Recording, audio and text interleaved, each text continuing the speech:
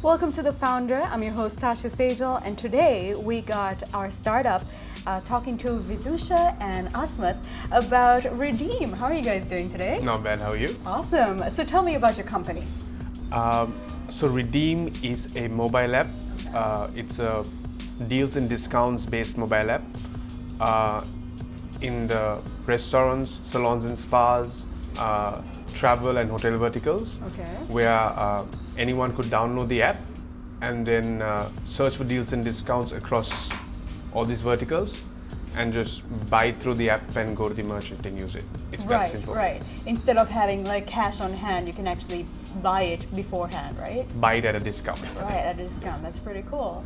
So tell me how it all started. What really inspired you? Basically, we had a software company that me and Asmath started up about 4.5, 5 years ago. Yeah. So what we predominantly did was we built and sold softwares to clients.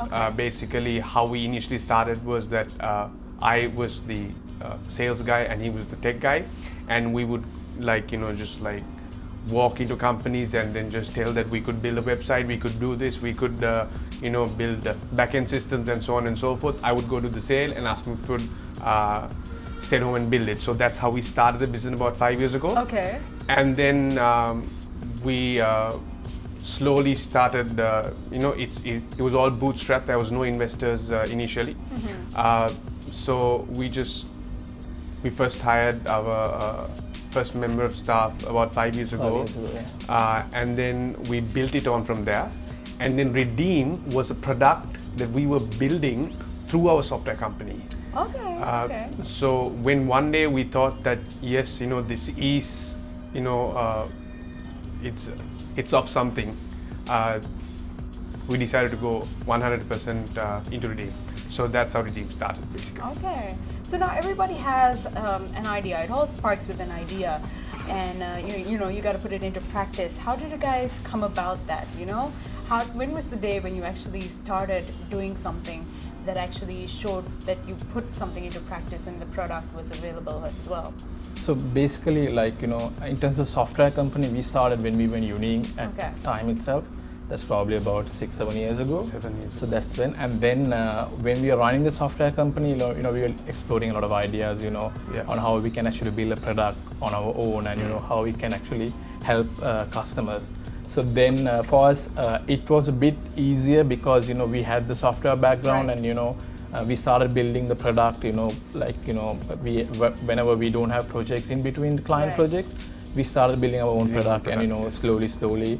And then, after that, Vidusha started going and meeting merchants on his own. We didn't even have a sales team or something. And then we started signing up a few restaurants. And few people were using it in the early days. So that's what actually inspired us to actually take it big.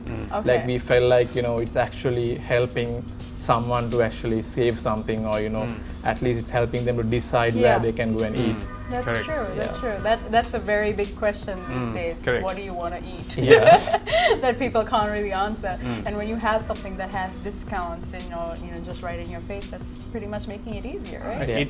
It actually started from food.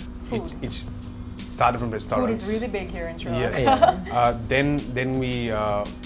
Then we kind of found a niche market within the verticals that we were going about. That was salons and spas. Okay. So salons and spas is a vertical that's been never touched before in the deals and discount space. So we decided to go ahead and try it out. Okay. Now Redeem is not just food. Redeem is restaurants, Redeem is salons and spas, Redeem travel. We've sent close to about 115 people just to Bali last month. Oh wow! Cool. From Sri Lanka because travel as well. Travel, and we're moving into hotels probably next week. Okay. And the other verticals like events, you could buy an event ticket at a discount through our app. Okay. So something we're launching is, we're working on right now is the New Year's Eve parties that are happening. Yeah. So that's going to be pretty big as well. So yeah. That's good to know, because everyone's just looking for somewhere to go that's also reasonable. Correct. And at the same time, what would you say is a marketing strategy that you relied on, coming into this very day and age? So, see, there is a lot of companies that could run your marketing strategy. There are a lot of companies that could give you a lot of tech support in terms of marketing. How ads are set up, when the ad should run, the data you should collect, and so on and so forth. Yeah. But fundamentally, what we really believe is people buy the stories you tell them. Yeah. So through our marketing and through our social media, so we're predominantly on social media. Okay. So whatever post or whatever ad that we put out, we concentrate on story. Okay. So something we always know, ad platforms change. Yeah. Facebook might change in another 3-4 years. Instagram might take over. Facebook might take over again. There might be something else that's coming in. But one thing is absolutely constant. It's a story that you tell that people buy. Yes. Okay. So in terms of a marketing strategy, that is our fundamental of whatever platform that we use, whatever ad platform that we use. That is the fundamental of its story. So that's the principle we actually apply across whatever platform we are marketing in. All right, and we're hoping to share your story with everyone. Yes, and then the other thing in terms of stories that me and Asmath, we are predominantly involved in telling that particular story to like say for an example, right? Like you cannot tell a story to 21 to a 24-year-old like you're telling a story to a 30 to a 35-year-old. 21 to 24-year-olds ambitions are different, level of thinking is different. His or her circle of friends are different, right? So when you push an ad to someone like that, it should be curated just for them. For them. For them. Yeah, that makes sense. So that is what we spend most of our time trying to figure out, what stories we can tell to which age group. Yes. Okay, that's interesting. So you guys being a startup, what would you say was the most challenging part of your job? Starting it up. Yeah. Yeah. It's actually like, when me and Asmath came up with the idea, a lot of people come with ideas, right? I'm sure there are great ideas that have been come up with and never practiced, so it's just gone away. But the hardest part, a lot of people would have different answers to it, but what me and Asmath fundamentally believe is actually, you can have an idea, you can actually, you can discuss 100 ideas at a 100 dinner sessions, 100 drinking sessions, but at the end of the day, if you're able to come back on Monday and actually work on it and get it done, I think that's where a lot of people actually fail, right? So we actually do that day in, day out. And also in the early days, for us, it was we didn't have to rely on anyone else, because he had all the skills we need in terms of marketing and sales, and I knew all the tech stuff and all, so we didn't have to rely on someone else coming in or to hire someone. So that was a big benefit we had. When we knew that we want to do this, we could straight away implement it and we could start working on it. It was a matter of how much time we put in it. Yes, correct. So that's actually a really good piece of advice as well. Yes, and one more thing is, just to answer the question that you just asked, also the other hard part of actually starting something up is the fact that if you are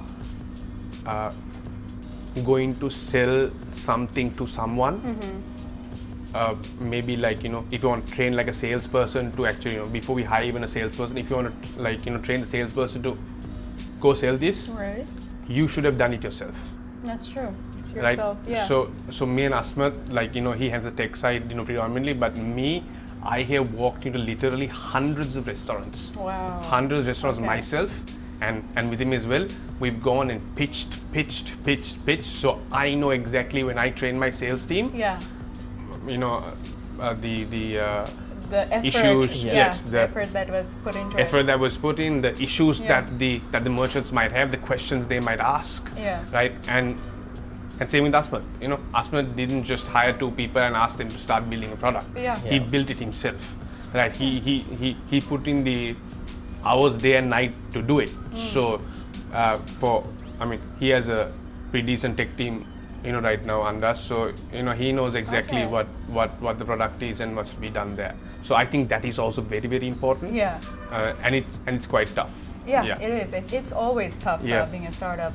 And you know, speaking of things being tough, was financing any easier for you guys? Were the banks helpful? How did you guys get to, you know, financing this app? Banks are never helpful. Okay. So I think when we started, like we said, like, you know, we were actually, you know, like we were building products for clients, like, you know, so basically what we were doing is whatever we were making from that, we were actually throwing into this product. So that's why like, we were like bootstrapping the whole thing. Cool. And then, but when we reached to a level where, you know, our product was good and, you know, there was decent amount of traction and people using, but we wanted finance to scale the product. So, I mean, I mean, I think that's a must. You can't, it's very difficult to scale the product without financing. So we didn't, we actually didn't, we approached a few banks, but, you know, we knew it's not a possible way because everyone actually expects some sort of collateral to get a loan or something. And we were not in a position to provide that, right? You know, so what we started doing is we started pitching to investor after investor. I think the number of people is countless. But what the most interesting part about that was, like, we came to a point where you know, we were pitching to a lot of investors. But then we came to a point where we had to pick between investors now. Right. So that's how much people believe in the product. Right. So like we would go and we would use the same strategy that you know, we would use to sell Liven. Right. Tell the story of our brand and what we do to the investors, and a lot of them bought it. Right. So we had come to a point where we had to like basically pick, like me and him would like sit down, like we wouldn't even go to office, like we would sit in a restaurant and be like, okay, now do we go with these guys or do we go with these guys? You know, you know, what do these guys, you know, bring into us, you know, in terms of strategically, like, you know, what would they bring in and so on and so forth. So a lot of people actually bought into it. And I think we probably are one of the companies in Sri Lanka that raised at one of the highest valuations, I mean, seed round valuation that a startup has got. Oh, congratulations on that. That's pretty cool. Yes, and we're actually pretty proud of that as well. and you know, it felt pretty good when a lot of people actually, you know, believed in something that we believe. I mean, it's really. And you guys started a year. I'm so sorry.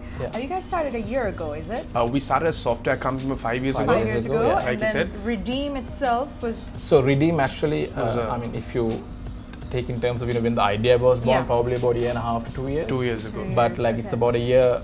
I think we raised our seed round about a year ago. Right, and that's when we started actually scaling, and you know, now we have like close to about 300 plus merchants, and you know, 300 plus merchants, and we have close to 35,000 downloads right now. Man. To me, that's success, and I have a feeling you guys know a little thing or two about success. What does success mean to you? So actually, I mean, if you ask both of us, I think we wouldn't consider that a success yet. I mean, there's still a long way to go, you know. I mean, for us, I think for me personally, I would define like, you know, if the product we are doing, or whatever we are doing is helping someone achieve something, or is it helping in his daily life in some way, for me, that satisfaction is what drives that success, you know. So we want to see, like, you know, I mean, we love it when people call to our office and, you know, they ask about the product, you know, they say like, you know, how can I get this discount, you know, how can I get that, you know, and the fact that, you know, they are, I mean, it's helping them, that's, I mean, that's the driving force behind, you know, like we're trying to build the product even further and improving things. And for me, success is satisfaction. So for me, what satisfies me is if I can basically deliver what I promise. Like for an example, when we go to merchants, let me tell you a very very good example of it. Okay, cool. Story time, yes. I'm the storyteller. Yeah. So basically, the April 21st attacks happened. Yes. And then there was a business. It was a burger restaurant that was signed up with us, right? And the burger restaurant, it's quite hard to sign merchants up. You have to go and meet them, and to get appointments with them, and so on and so forth. But I walked in the office one day, and then and then this merchant was staying in the boardroom, right? So I was actually wondering, okay, what is he doing in the boardroom? And then so when back, one of our sales staff was like, this merchant's here and you want to have a chat. Okay. So we went to the boardroom and I started chatting with him. He said, listen, like, we have been out of this, we've been like stuck, with no sales for close to about 3 weeks now with the April 21st attacks, and then a week before that, the New Year and so on and so forth. So they're really, really down right now. So that's, this is where you have to deliver what you promised, right? Oh. So what we did was, we sat around for about 2 hours, and then we discussed a couple of good deals we want to put out, with discounts on the app, and we did. And we basically, within about a week and a half, we ran this campaign called Burger Week for them. And we literally sold close to about 900 burgers. I remember Burger Week. Yes, I recall it. It was really popular. Yes. Yeah. So I think we sold close to about 850 to 900, burgers within that 4 to 5 days. Oh wow. Yeah, and so that helped that business get back up, and now they have now they have a bigger location as well. Yeah. So that is success to me, right? Delivering what we promise. What an amazing answer. Yes. Thank you so much for the story time. So I gotta ask you guys, since you guys are your own founder and your own bosses, if you ever had the opportunity to sit with a founder you admired, who would it be and why? It could be international, it could be local, someone you look up to as a businessman or anything. I think since I'm anyway into tech, Yeah. I would probably say Steve Jobs. Okay, awesome. Because the pure reason is I think even our product or whatever we are doing is not going to exist if he didn't have the idea to actually find the phone. Or True. like, that idea of, you knowing something before someone actually know that they want it. Yeah. I mean, that's really great. I think none of the products has, none of the product or none of the founders had that potential. Yeah. So, I think just to thank him that, all these app businesses every single tech product you see today have a platform to actually run a business because of what he created. True. That's absolutely. Would you agree? There's not a lot of people that I look up to, but if just on the question that you asked, I would like to have dinner with someone like Mark Cuban. Okay. He's a tech guy, but then he's more of like a sales guy. The reason that I do like him, I obviously I don't know him. I would like to meet him one day, but the reason I like him because he's a doer. Okay. Right. I like people that are aggressively aggressive and they like do things, right? And just like you say, okay, let's set up something tomorrow. He's like, okay, let's go. Let's get it done. Let's get it done, right? So it'd be Mark Cuban. Awesome, cool. Talking about the app Redeem. Now, I initially when I saw it, I thought it was a delivery app, but it's not. It's far from that, isn't it? Yeah, so actually a lot of people thought it was a delivery app because earlier we were only in the food vertical, but actually what we do is, we try to save something for you every time you go out. Okay. So basically to summarize Redeem, if you use Redeem, you never have to pay full price. If you're actually going to a restaurant, you're going to a salon, or you're going to a hotel, or you're trying to fly overseas, whatever it is, just there's something where you can save something if you're using Redeem. Yeah, and just a different angle to the same answer that he gave. So he spoke in terms of consumers. Yeah. But I'm going to talk in terms of the merchants. Okay. So why merchants like us more than a lot of delivery apps, maybe food or maybe salons or whatever it is. Why they like us is, say in terms of food delivery, you just deliver the food that they ask you, that's it.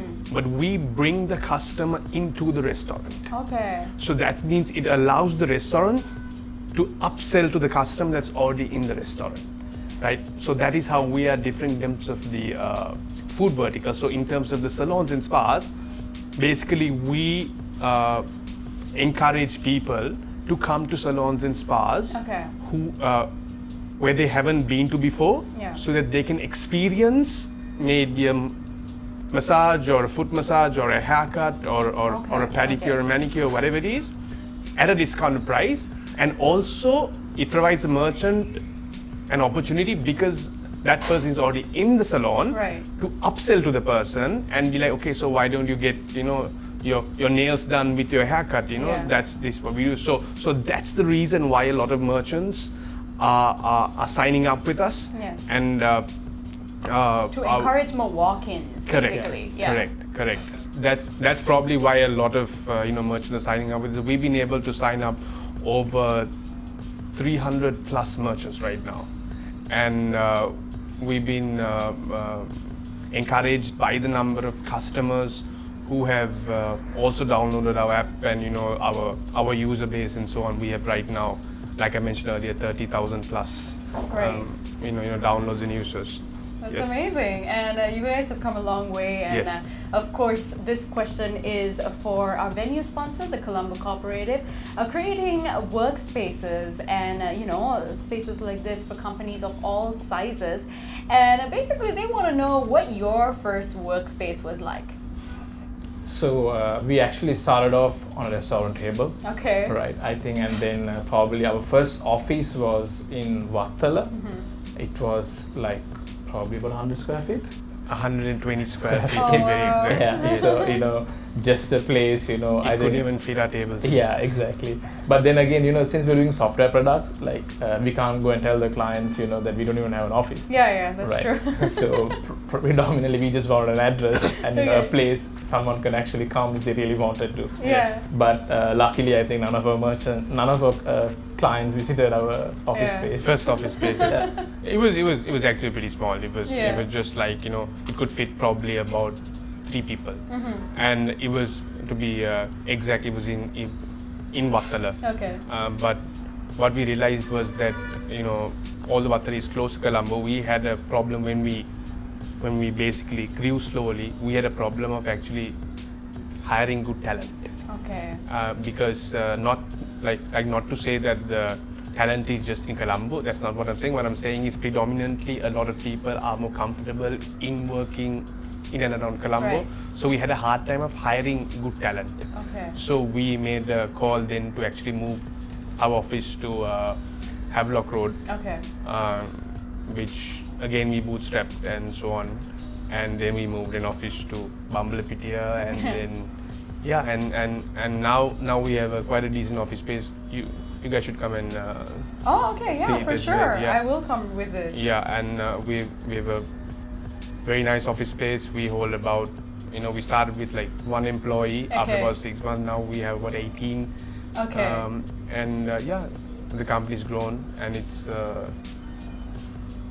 you guys have come a long way, and so many stories to share as well. Yeah. But that's all the time we have right now, and I really hope that wish you all the very best of luck for the future endeavors as well. Like you said, next week you're starting something new as well, right? Yes. Yeah. Just be launching the hotel vertical. Awesome. So you guys, thank you so much for joining me, and good luck to Redeem.